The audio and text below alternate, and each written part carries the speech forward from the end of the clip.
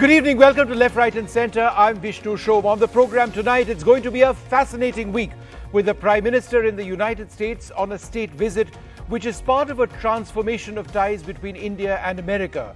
From being countries that mistrusted each other for decades, India and the US are the closest strategic partners.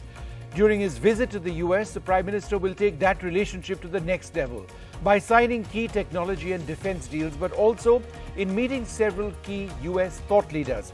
He'll also reinforce his personal commitment to yoga tomorrow on the lawns of the United Nations in New York. On this show, some of the finest US and Indian diplomats who've been personally involved in the nitty-gritty of fixing the working relationship between the two countries and then running it. The multi-Grammy winner, Ricky Cage, also joins us. He's been invited to meet Prime Minister Modi in the United States. We've also got special reports on what a state visit, which is what this is very, very different from a normal working visit. It's a rare honor reserved for some of America's closest friends. Prime Minister Modi's visit to the US is no ordinary working visit. It's a state visit, which means the US rolls out all the bells and whistles in a show of respect. Though there are variations to the ceremony attached with such visits, they usually include a flight line guard of honor on arrival in the US, a ceremonial welcome at the White House, a state dinner at the White House hosted by the US President. In Prime Minister Modi's case, those attending will include US leaders across political lines, and an invitation to stay at Blair House, the official guest house of the US President on Pennsylvania Avenue. Let our two great nations realize all the triumphs and achievements that await us. Cheers. The last Prime Minister to get this honor was Prime Minister Manmohan Singh, who was honored with a personal dinner invite from President Barack Obama and Michelle Obama at the White House in 2009. Though the US State Department lists Prime Minister Indira Gandhi's visit to the US in 1982 as an official and not as a state visit, she was also honored with a gun salute and state dinner in a grand ceremony. Other Indian leaders to have been invited personally by a US president include President Sarvepalli Radhakrishnan, who visited in June 1963 as a guest of President John F. Kennedy. The first Indian Prime Minister invited as a guest of a US President was Prime Minister Jawaharlal Nehru, who was a guest of President Truman, visiting New York, Chicago, Knoxville and San Francisco in addition to Washington. This menu shows what Prime Minister Nehru was served at the White House: roast turkey and pan filet of sole. The Prime Minister of the Republic of India.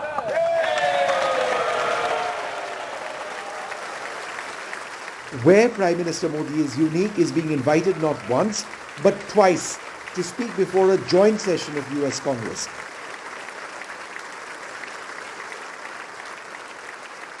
The constraints of the past are behind us, and foundations of the future are firmly in place. Perhaps the biggest sign that India is the hottest ticket in America's diplomatic calendar. Vishnu Shom for NDTV. Well, all of that is going to be happening in the next couple of days. The Prime Minister on his way to the United States now, to New York first. He lands in a couple of hours from now. My colleague Maha Siddiqui is in New York and sent us this report. The United Nations is now almost an 80-year-old organization, and for it to remain relevant, it desperately needs reforms. And one such reform can be to include more members as permanent members of the Security Council. And here, India deserves a place at the high table. The first reason, and the most important one, is very obvious: that for the UN to itself remain a credible organization, it needs to include more member countries as permanent members, and not just have 5 members with veto powers where they can scuttle any discussion that they do not want. Secondly, India represents over 17% of the world population. It is the 5th largest economy now and has left behind a country like Britain as well, the UK being a P5 member itself. Moreover, there is growing acceptance for India's demand. Apart from China, all other P5 members are in agreement that India does deserve a place in the United Nations Security Council as a permanent member. And finally, India has made great contribution through the UN peacekeeping mission, a mission where India has sent over 2 lakh of its soldiers. And in 2007, India also sent an all-women's contingent to Liberia. Well, joining us now, a very special guest, somebody who's worked through some of the biggest challenges, the diplomatic twists up and down in the relationship between Washington and New Delhi.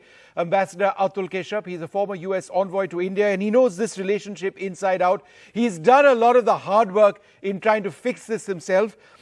So, Ambassador, my first question to you, in simple terms for a larger audience, Prime Minister Modi has been to the US in the past. US presidents have come here in the past. What makes this visit special?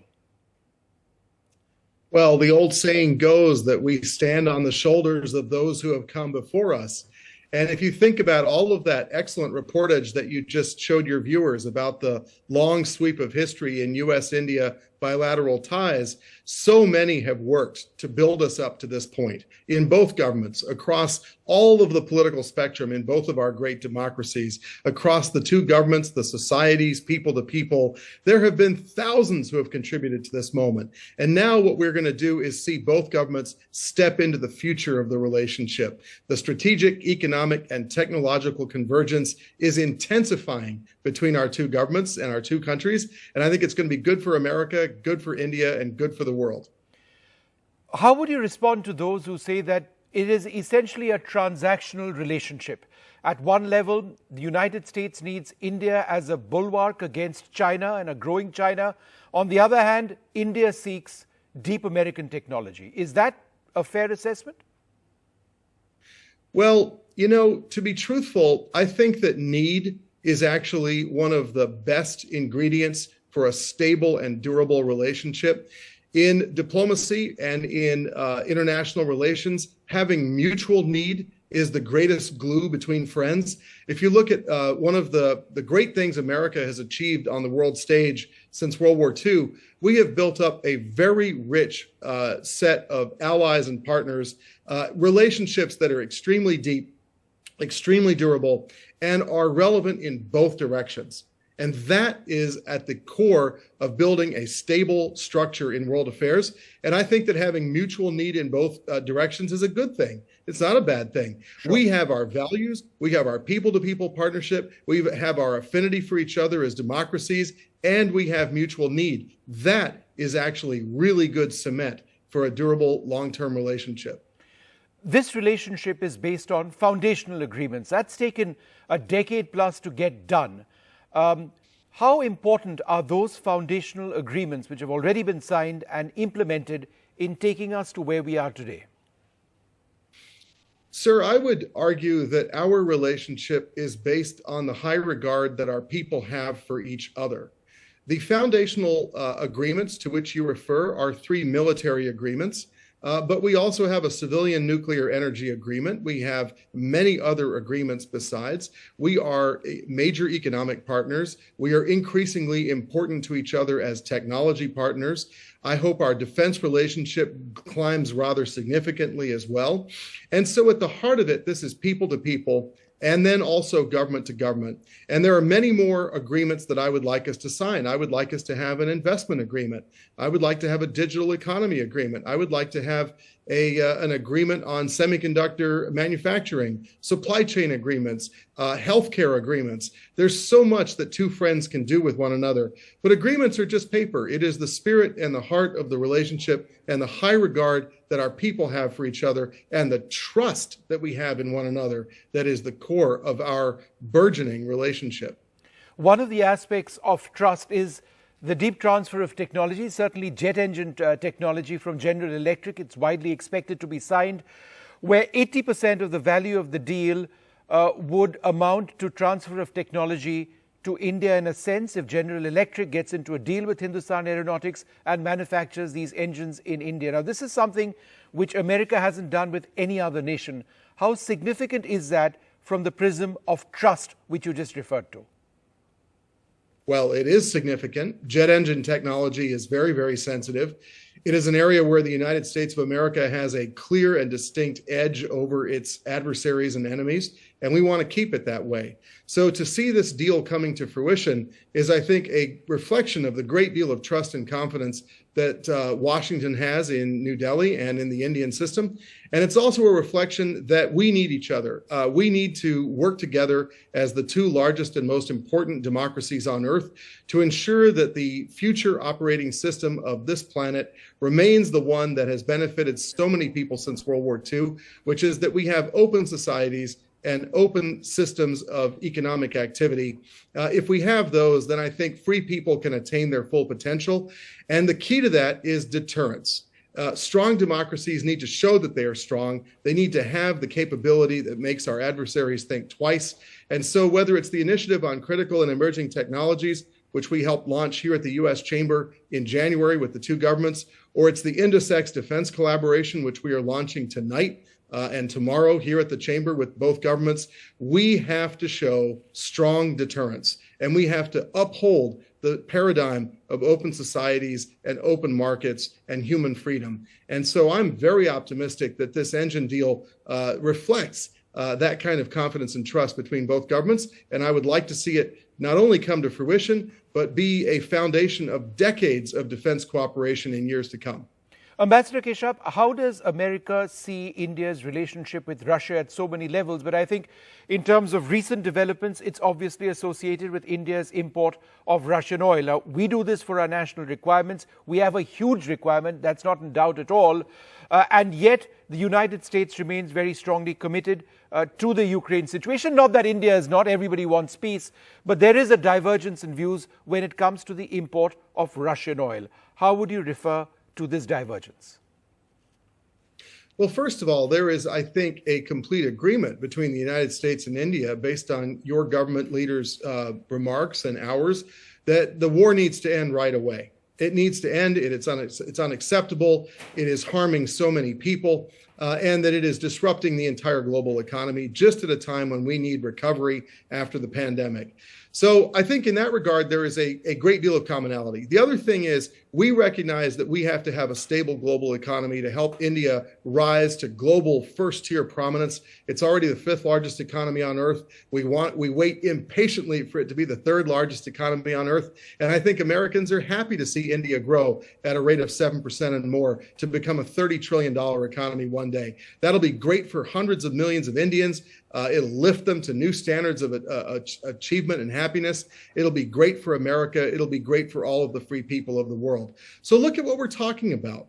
We're talking about friendshoring. We're talking about trust. We're talking about the resilience of the great democracies. We are talking about technology partnerships on semiconductors, quantum computing, artificial intelligence, cybersecurity, the things that will ensure that free people stay free.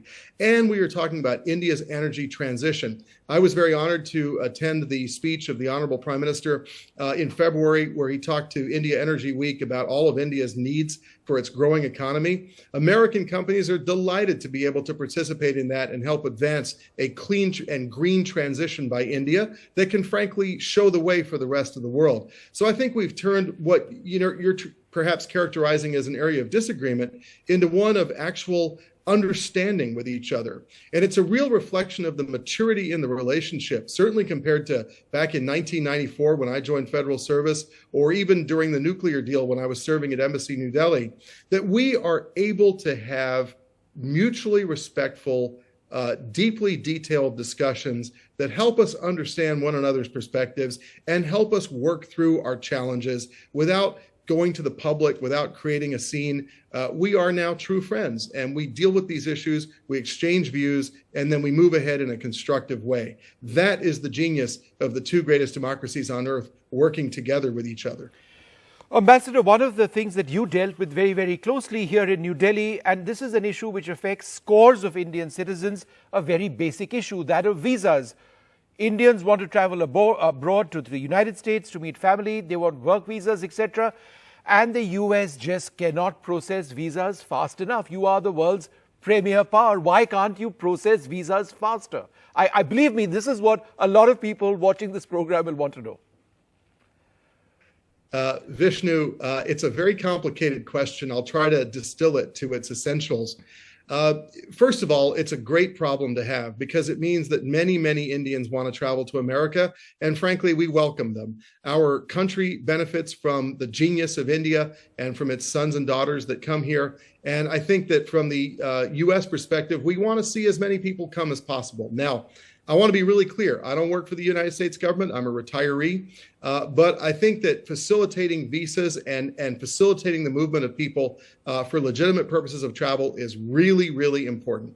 Now, it's very complicated because according to our law, visa officers have to be recruited based on fees that are collected.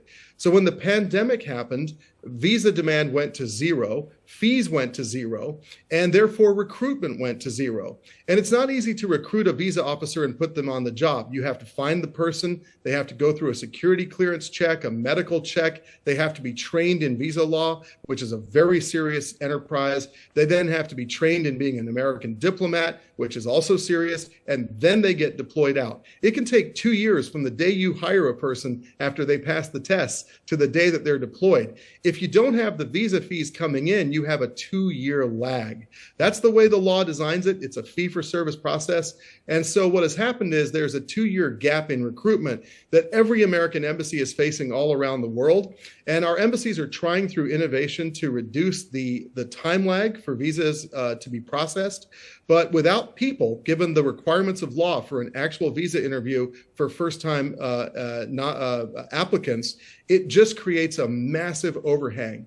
But again, you know, it's a good news story that visa demand for Indians to come to America has soared. And I think we have to do our utmost to try to meet that demand. And I'm sure the United States government, the U.S. Embassy, the State Department are working very hard within the parameters of American law to try to meet that demand. I would speak on behalf of my current employer, the United States Chamber of Commerce, and say we absolutely believe in the legitimate movement of skilled and talented people in order to help boost business and prosperity in either direction between America and India, India and America.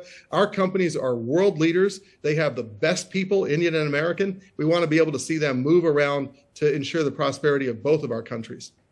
All right, Ambassador, wonderful speaking to you. Thanks very much for being with us and, you know, sharing your insights into so many aspects of this evolving relationship. It is truly a mature relationship, certainly compared to what it was in the years gone by. We're also joined now by a very special guest, Ambassador Gautam Bambawale, one of the finest diplomats that India has produced. Now, he's looking not only at this equation between India and the US, but he approaches the larger issue of India and our strategic threats on account of having been in Beijing as our envoy. And I think a large part, quite clearly, of that relationship with the United States is based around the paradigm of security. And to that end, China is a common concern. Ambassador, firstly, how would Beijing be looking at this state visit by our Prime Minister to Washington?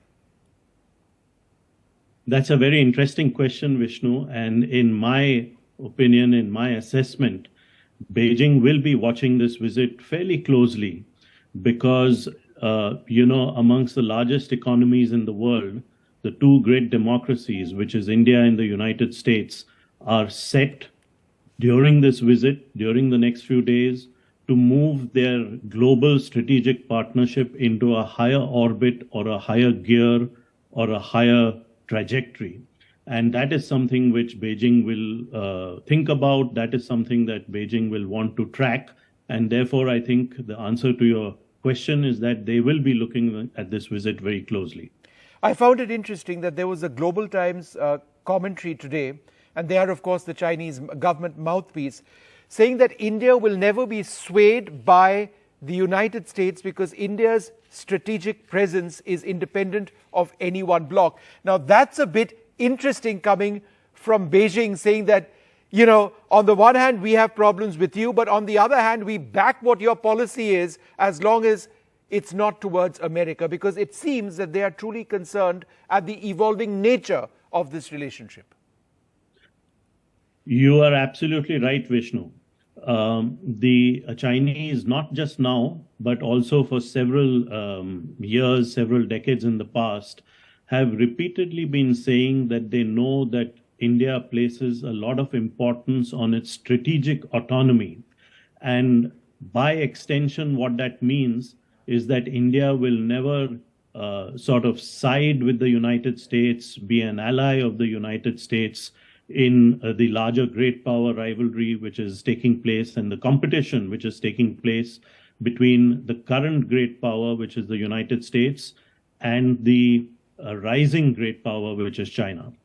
But the fact of the matter is that India herself has said very clearly that we do not deal in alliances. We do not want to ally with any nation state. But that does not preclude us from building strong partnerships. And China's aggressive behavior, particularly in the Indo-Pacific over the last few decades, has alarmed countries across the globe, including India, because we have been seeing this kind of behavior on our own borders. And therefore, there is very little doubt that, amongst other things, this will be one of the factors which will be moving the India-US relationship closer together, because both our countries, India and the United States, are worried about the direction in which Chinese power is growing. So we will have to take a look at that as we move ahead in the next few years.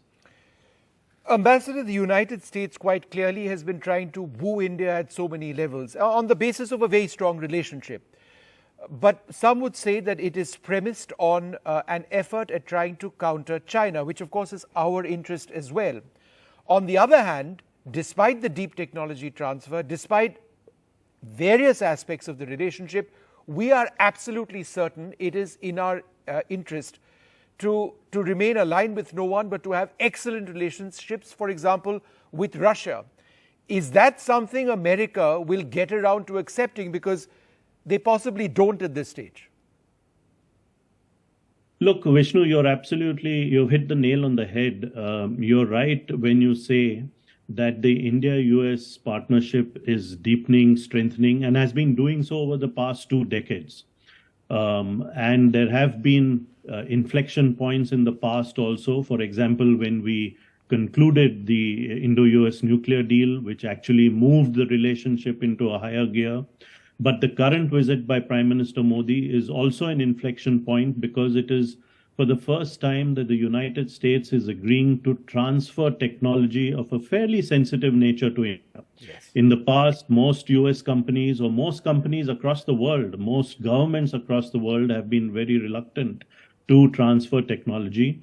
India has always maintained that in its developmental process, it requires not just capital and management expertise, but it also requires technology. Yes. So this particular visit by Prime Minister Modi is going to signal a kind of technological cooperation between our two democracies.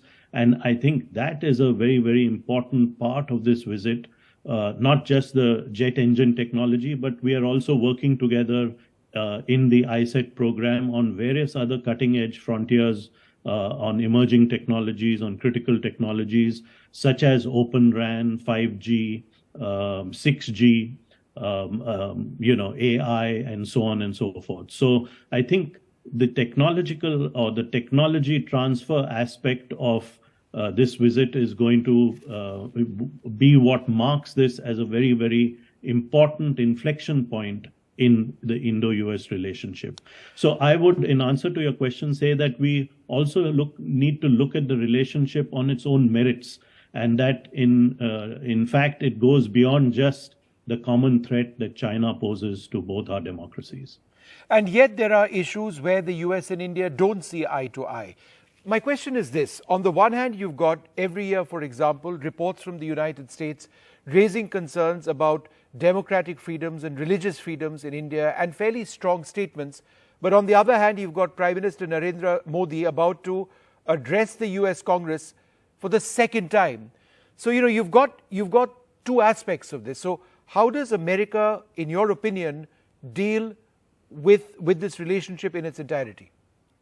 Yeah, I think what has happened, especially over the last 20 years since Prime Minister Vajpayee in India, and through Prime Minister Manmohan Singh, and now through Prime Minister Modi, over the last 20 odd years since the year 2000, when President Bill Clinton of the United States visited India, the relationship has gone from strength to strength. There's no doubt about that. But what has also happened, Vishnu, is that we have got into the habit of working with each other, not just amongst the top leadership of the two countries, but also the bureaucracies of the two countries, the militaries of the two countries, the companies and firms of the two countries have got to know each other better. And most importantly, the common people of India and the United States have been meeting each other more often. You mentioned about the great demand for visas to the US in India, and there is no doubt that the US is trying to address that problem. But the fact that Indians and Americans have worked together, got into the habit of talking to each other, working with each other over 20 years is what has led us to this place that we are in today with the state visit by Prime Minister Modi. And that process, Vishnu, is going to continue, irrespective of differences of opinion amongst the governments. The two governments have also come to understand that we will not have exact overlapping interests on all issues across the globe. Sure. And we will have to understand the other side's point of view and also accommodate it. All right, Ambassador, always wonderful speaking to you. Thank you very much for sharing your perspective on the importance of this visit and some of the challenges which we face, both India and the United States, with China. Thanks very much. Well, joining us now, Avni Mishra. She's a leading lawyer who tracks the relationship with America so very closely. Great to have you in the studio, Avni. You know, in as much as we talk about the strategic relationship, the underlying aspect of this relationship that perhaps we need to look at is the equation, is the business relationship, the economic equation. How is that essentially the bedrock which is taking us to where we are now?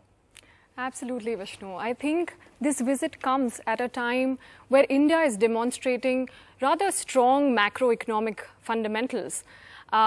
We see that there is a global slowdown, but in terms of India, we stand as an island of resilience in a volatile world. The IMF has recently called us the bright spot in the global economy. Right. And our growth rate far exceeds the global average at this point. Right. I would also like to mention that inflation, even though it is present, it's moderating and is at about 4.5%, which is well below the RBI's tolerance limit of 6%. And connected to this is also the fact that recession in India is predicted to be 0% at this point, whereas US is in the high risk category with over 65% risk of facing a recession. So I think this brings us back to the fact that in this century and at this time, there couldn't have been a better time for India to act from a position of strength. Right. We are demonstrating such strong fundamentals that we are coming not as a rule taker, but as a rule maker of the world. Yeah. And it has become evident in the fact that we are taking decisions emanating from our own strategic autonomy. Right. And it's manifested in the fact that we bought the S-400 Russian missile system. We are buying oil, which is priced lower when it comes from Russia, and several other decisions. Yeah. So I think it brings forth the fact that India is acting from a position of strength at this time, and there couldn't have been a better time for India and US to cement their already beautiful relationship developed in this in the millennium. What, in your opinion, Avni, would the highlight of this visit of the Prime Minister be? I think it comes at a time when the world is facing such uncertainty, the Russia-Ukraine war. And I think US is eager to get support from all corners. We see a belligerent China acting in the Indo-Pacific. So it definitely demonstrates the fact that US is keen to take on India as a partner. And given the fact that we have such a high demographic dividend at this point, and our businesses are flourishing, so the US is definitely eager to take on support from India. And we have seen it in several partnerships that India has taken on with the US, specifically the ICET, the Critical and Emerging Technologies Partnership, the IPEF, which includes India and 11 other countries, representing almost 40% of GDP in the world. And I think to connect all of this together, we also have the Quad, which is acting for security in the Indo-Pacific. Right. And with the fact that we are working on defense and space partnerships, we are working on 5G, we are working on critical minerals, energy supply. The defense deal, of course, is very crucial to this visit. Yeah. So putting all of this together, we are taking on not just security issues, but also bringing businesses along. Sure. No, it is an absolutely fascinating relationship. Let's see what finally transpires with the Prime Minister over there. Thanks so much, Avni, for being with us.